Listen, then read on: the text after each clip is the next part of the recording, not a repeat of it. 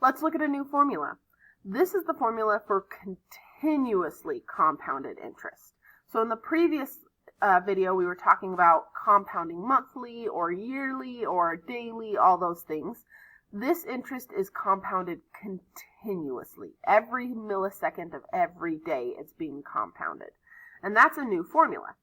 So, same thing we did with our last formula. Let's make sure we understand what all the letters mean. Because this formula is on your reference sheet, it's right there. We've nicknamed this the Pert Formula, is what we commonly call it. So you don't need to memorize what the formula is, but you do need to memorize what each letter means so you can plug everything in. So, very similar to last lesson, A is our final amount, P is our starting amount,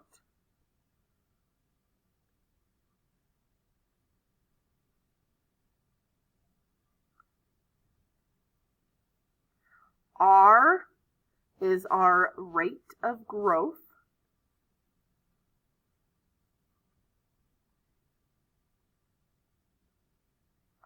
and T is our time, just like usual. So now that we have all those labeled, let's try one example of continuously compounded interest. So same thing as last time, as I read through the problem, I'm going to label what each number is. Is it an A, P, R, or T? So, suppose you invest your first annual bonus of $4,000 in a retirement account. So that means that $4,000 is your starting amount. That's how much you're investing. That's our P.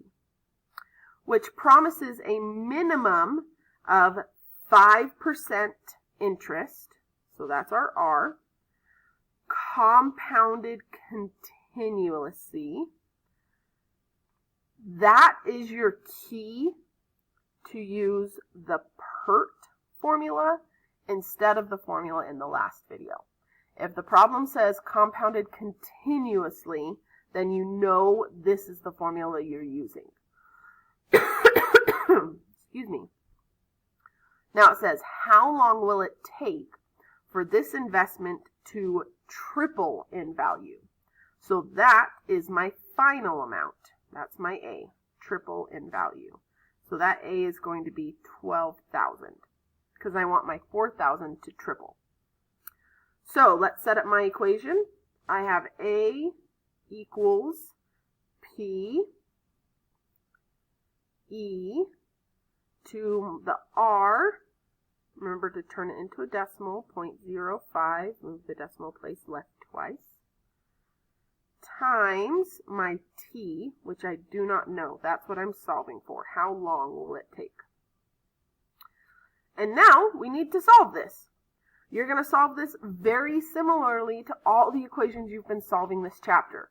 So because you should know how to do this at this point, I would like you to pause the video, try to solve this on your own, and then come back to check your answer.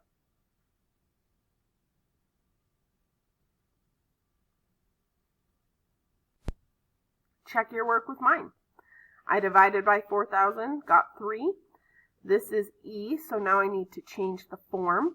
So E changes to ln, and then input and output flip places. And then I just need to divide by 0.05 to get T by itself. In order for my $4,000 to triple in value, it's going to take about almost 22 years. So that is our continuously compounded formula. And remember, the key you're looking for is those words compounded continuously. That's how you know this is the one that you use. In the next video, we're going to look at a new formula and do some problems with that one.